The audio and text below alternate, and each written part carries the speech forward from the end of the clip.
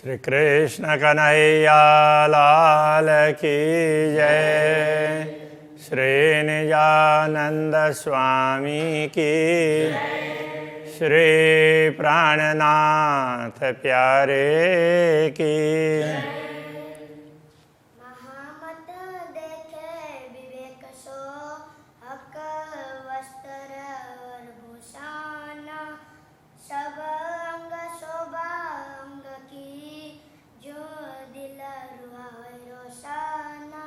ज्यों दिल रुआए रोशन। श्री कृष्ण कन्हैया लाल की। 19वां प्रकरण पूर्ण ब्रह्म परमात्मा के यौवन, उनकी पूर्णता, तो उसमें अपार जोश होता है। तो उस जोश का और उसके साथ में उनका मुखारविंद, और मुखारविंद के साथ साथ में बीड़ा, और उस समय के कैसा दिखाई देता है ऐसी छवि, उनका विवरण इस प्रकरण के अंतर्गत दिया गया है। फेर फेर पट खोले हुकुम, निस्वत जान रोहन। कहते हैं कि अक्षरातीत धामधनी का आदेश है ना, वो बार बार पट को खोल देता है। क्यों? ब्रह्मात्माओं को पूर्ण ब्रह्म परमात्मा की अंगना समझ करके उनके हृदय में तो किसी प्रकार का पट नहीं होना चाहिए, ऐसा सोच करके उस पट को हटा देता है। अब ये भी कैसा होता है कि ये पट बार बार आता है, फिर हटाते रहते हैं। तो जैसे हटा करके पूरा हो जाए फिर तो कोई बात नहीं है, किंतु तो बार बार आवरण ढकने के लिए प्रयत्न करता रहता है। हक मुख अंग इश्क के ले देखिए, अरसा अंग तन। जब पट दूर हो जाएगा तो पूर्ण ब्रह्म परमात्मा के मुखारविंद का प्यार, तो इसको लेकर के पूर्ण ब्रह्म परमात्मा के पूरे स्वरूप के दर्शन करो, ऐसा करके कह रहे हैं। हक वर्णन जिमी सुपने, हुकुम है कया नेक सोए। पूर्ण ब्रह्म परमात्मा का वर्णन इस भूमि में किया है तो अक्षरातीत धामधनी के आदेश से ही, फिर भी यहाँ के अनुरूप थोड़ा कहा गया, अब यह ज़्यादा नहीं बताया जा सकता। हक इश्क एक तरंग से, रूह निकस न सके कोई। वैसे देखा जाए तो पूर्ण ब्रह्म परमात्मा के प्रेम का तरंग वो तो चारों तरफ फैले हुए हैं, तो उनमें से एक छोटे से तरंग में भी ये आत्मा वो उसमें वो जाती है ना, डुबकी मारती है, तो तरंग तो इधर से उधर ले जाती है ना।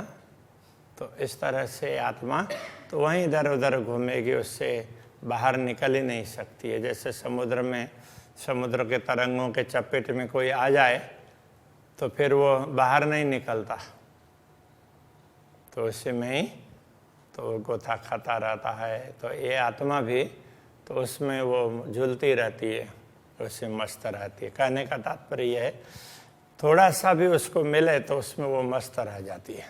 सुंदर मुख मासुक का और अंग सवे सुंदर। पूर्ण ब्रह्म परमात्मा का मुखारविंद बड़ा सुंदर है, तो इसके साथ साथ उनके अंग प्रत्यंग सभी सुंदर है। सो क्यों छूटे आशिक से जब चुभे हैड़े अंदर। ऐसा स्वरूप पूरे अंग प्रत्यंग जब ब्रह्मात्माओं के हृदय में अंकित हो जाते हैं तो फिर वो उनसे छूटते नहीं हैं। क्यों कहूँ मुख की सलू की। पूर्ण ब्रह्म परमात्मा के मुखमंडल की सुंदरता का क्या वर्णन करें। और क्यों कहूँ सुंदरता, तो सलू की तो और सुंदरता तो ये एक जैसी बातें हैं बनावट के हिसाब से। तो उसमें वो ये सलू की ऐसा कहा, वो भी सुंदरता ही है। उसकी क्या बात बताएं। ए आशिक जाने माशुक की, जिन घट लगे ए घाय।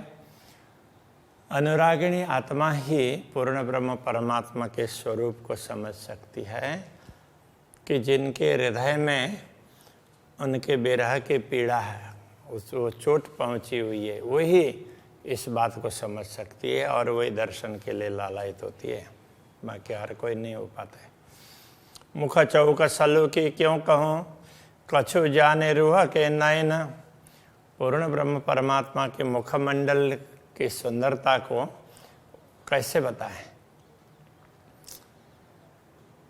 तो ब्रह्मात्माएं थोड़ा बहुत जानती है, तो कभी उनके नयनों को जानती है, क्योंकि उनके नेत्रों से कभी कभी उनको इशारे का ख्याल होता है।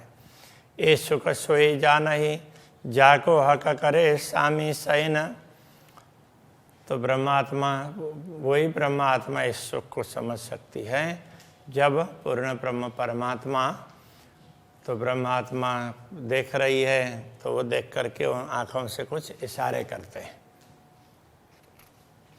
संकेत करते हैं, आँखों से कुछ समझाना चाहते हैं। तो वो ब्रह्मात्मा जो इस बात को समझ सकती है, वही इस रहस्य को जान सकती है। सुख पाइए देखे हरवटी, मुखला लाल अधूर। तो अब मुखमंडल में क्या है?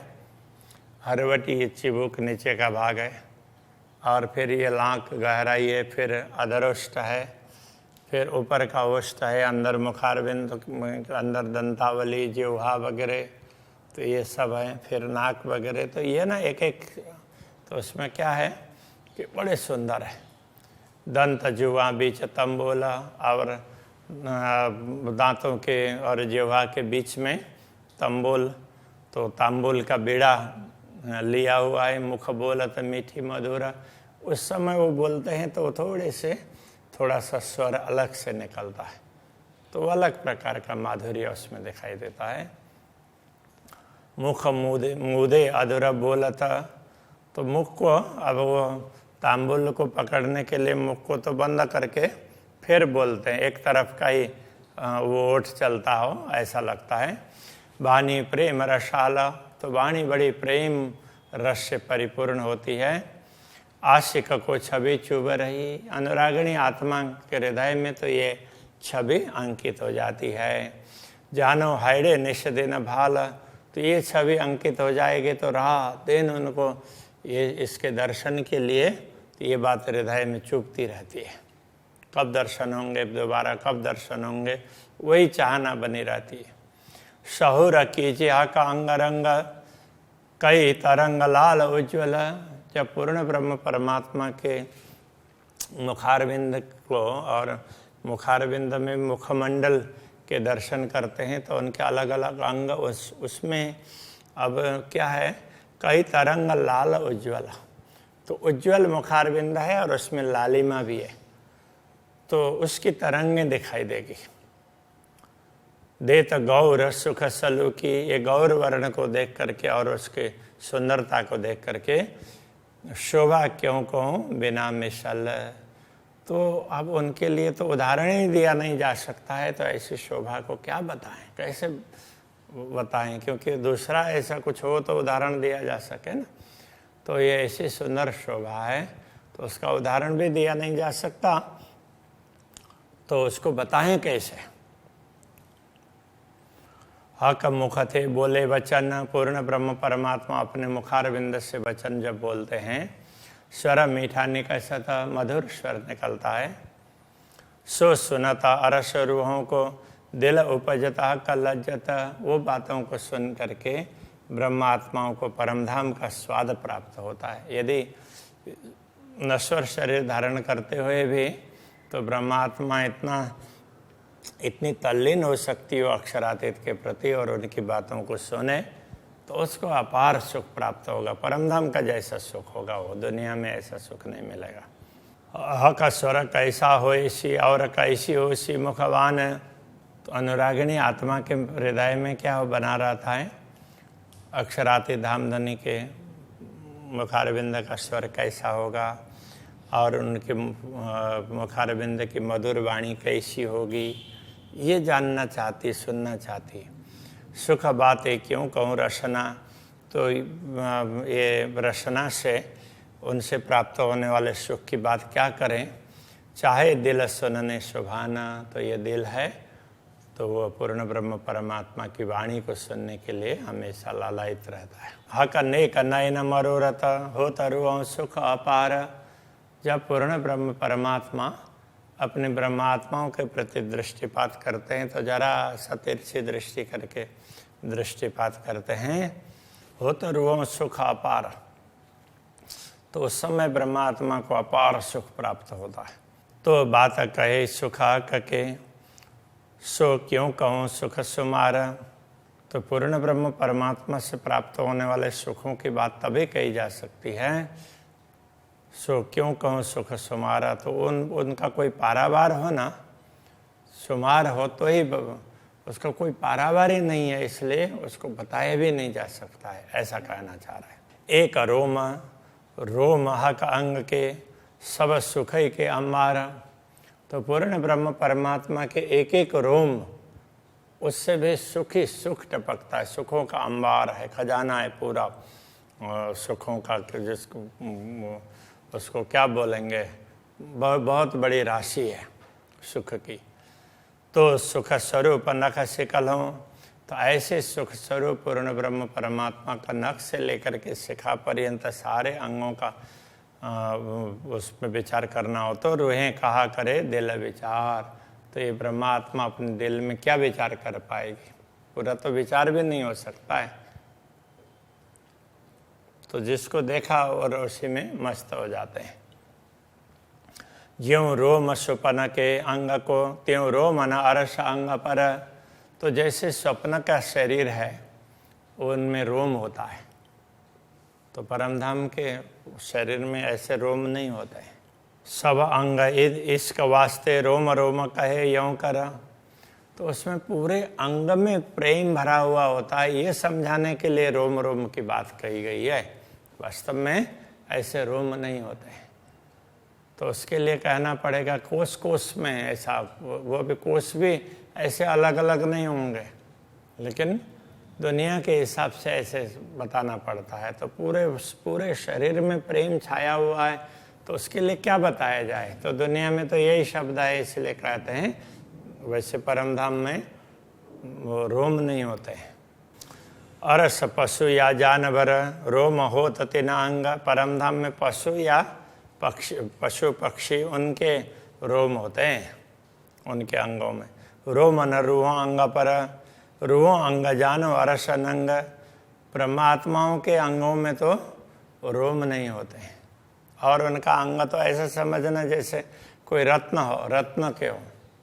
और आगे कहेंगे रत्न भी वैसे नहीं है, वो तो अलग ही वस्तु है।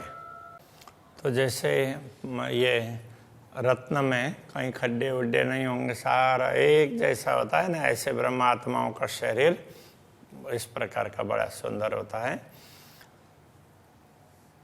जबेर पैदा जीमी से यूँ अर्श में पैदा न होता। जैसे भूमि में अलग अलग स्थानों में, इस दुनिया में तो अलग अलग स्थानों से रत्न पैदा होते हैं ना, तो ऐसे परमधाम में कहीं से रत्न पैदा होते हो ऐसा नहीं है। वो कहाँ से है, वो श्री राज्य के अंगों से है, ये कहते हैं। एक खूबी हका जहूर की, ये तो सब श्री राज्य के स्वरूप के प्रकाश की खूबी है, विशेषता है। सो लिए खड़ी सदा ज्योत, वो हमेशा उसमें प्रकाश ही होता है, चिन्मय प्रकाश होता है श्री राज्य के स्वरूप में। तो उसकी ही ये विशेषता है, उसी से रत्न वगैरह लगते हैं। या को नंग निमुना ना दीजिए अरस रोहें वायदत। तो परमधाम की आत्माएं वो तो पूर्ण ब्रह्म परमात्मा के अद्वैत स्वरूप है, उनके अंग से भिन्न नहीं है, इसलिए उनके लिए किसी रत्न का उपमा देना भी ठीक नहीं है। तो अब क्यों दिया जा रहा है, इन्हें मिसाल न कोई ला गई, इनके लिए दूसरा कोई उदाहरण लगता ही नहीं है इनके लिए। जाकी हका आदि जात अनश्वत, जिनका जो पूर्ण ब्रह्म परमात्मा के अंग ही हैं, तो उनसे अलग है ही नहीं, इसलिए उनके लिए तो रत्न का उदाहरण देना वो भी ठीक नहीं होता है, उनके लिए ऐसा कोई उदाहरण लगता ही नहीं है। जो देव निमुना अरस का तो रो लगत न कोई बात। यदि परमधाम के किसी किसी भी वस्तु का उदाहरण देते हैं तो भी ब्रह्मात्माओं को उनके लिए ब्रह्मात्माओं के समान वो नहीं हो सकते, क्योंकि ब्रह्मात्माओं के अंग से वो सब है, परम धाम है। रुए अंग हादि अंग का जाता।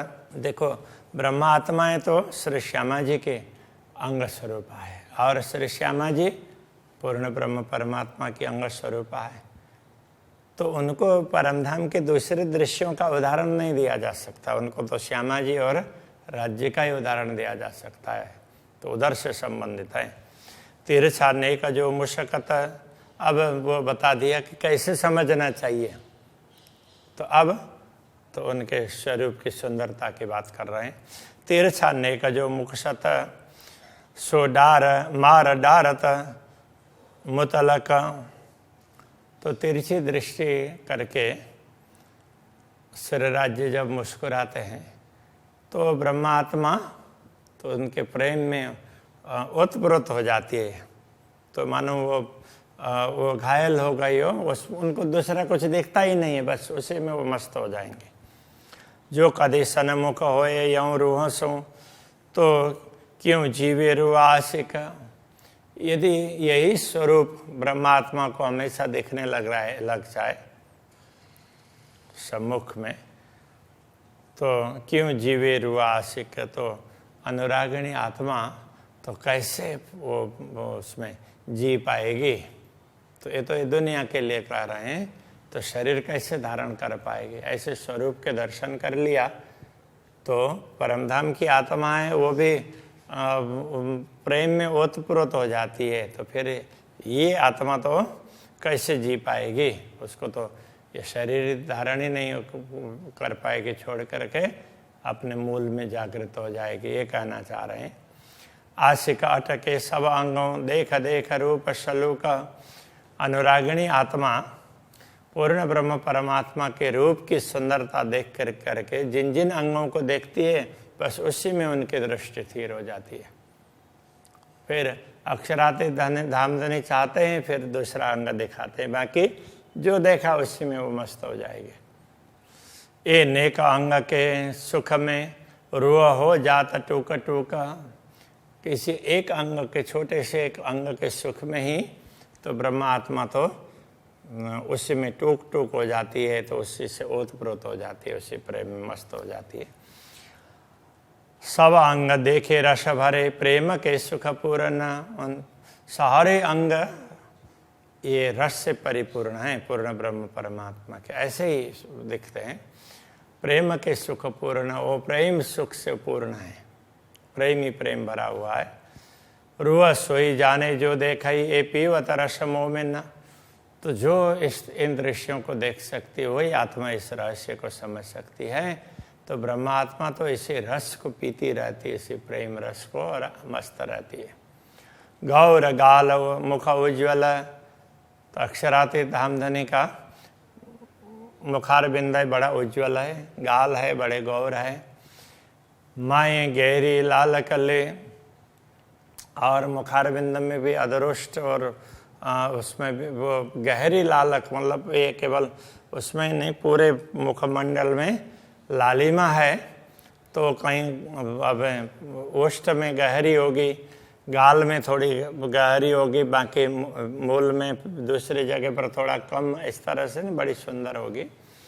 ये जुवा सुख शोभा क्यों कहे, हक अंग अरस अंग हक के, तो ये जिह्वा तो पूर्ण ब्रह्म परमात्मा के परमधाम के स्वरूप के अंगों का वर्णन कैसे कर पाएगी, उस सुख को क्या बता पाएगी, बता ही नहीं सकती है। रूह आशिक जिना अंग अटकी, अनुरागिणी आत्मा अक्षरातीत धामधनी के स्वरूप को देखते हुए जिन अंगों में अटक जाती है, छूटा तनाई क्यों कर, उससे वो हट नहीं सकती, तो उसमें वो देखते देखते वो उसमें खो जाती है, ये कहने का तात्पर्य है। एक किसी बातों आशिक सो अंग मासुक जुदे ना होए, किसी भी प्रकार से कितना भी प्रयत्न करें, ब्रह्मात्मा किसी भी प्रकार से प्रयत्न करें तो भी जो अंग देख रही है तो उससे वो छूटता नहीं है। जब अक्षरातीत चाहते हैं तभी दूसरा अंग दिखा देते हैं, फिर उसको दूसरा दिखाई देता है, ये कहना चाहते हैं। जेते अंग माशूक के रूह आशिक रहे तिन माहे। तो पूर्ण ब्रह्म परमात्मा के जो भी अंग हैं, जितने अंग हैं, तो ब्रह्मात्मा एक एक करके उसी में खोई हुई रहती है। रूह आशिक और कहो नाटी के अनुरागिणी आत्मा की दृष्टि दूसरे स्थान पर तो कहीं टिकती नहीं है। उसको कहीं भी कुछ भी दृश्य देखें, दुनिया में अच्छा से अच्छा देखें तो भी उससे उसको संतोष नहीं होता है। अपने अंग में भी नाई, वो अपने अंग में भी उसको संतोष नहीं होगा। वो तो हमेशा राज्य के ही अंगों का दर्शन करना चाहती है। तो ये प्रेम है, तभी इनको अनुरागिणी आत्मा कहा है। तो ऐसे अक्षरातीत धामधनी का सुंदर स्वरूप है, खास करके मुखारविंद, उसकी बात कर रहे हैं। अभी के प्रसंग को यही रखते हैं। श्री कृष्ण कन्हैया लाल की।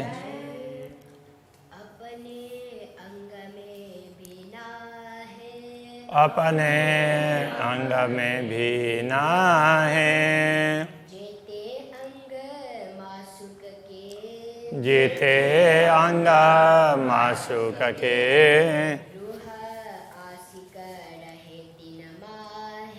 रूह आशिक रहे तिन माहे।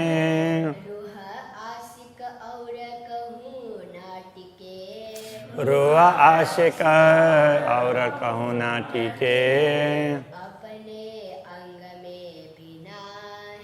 अपने अंग में भी ना है,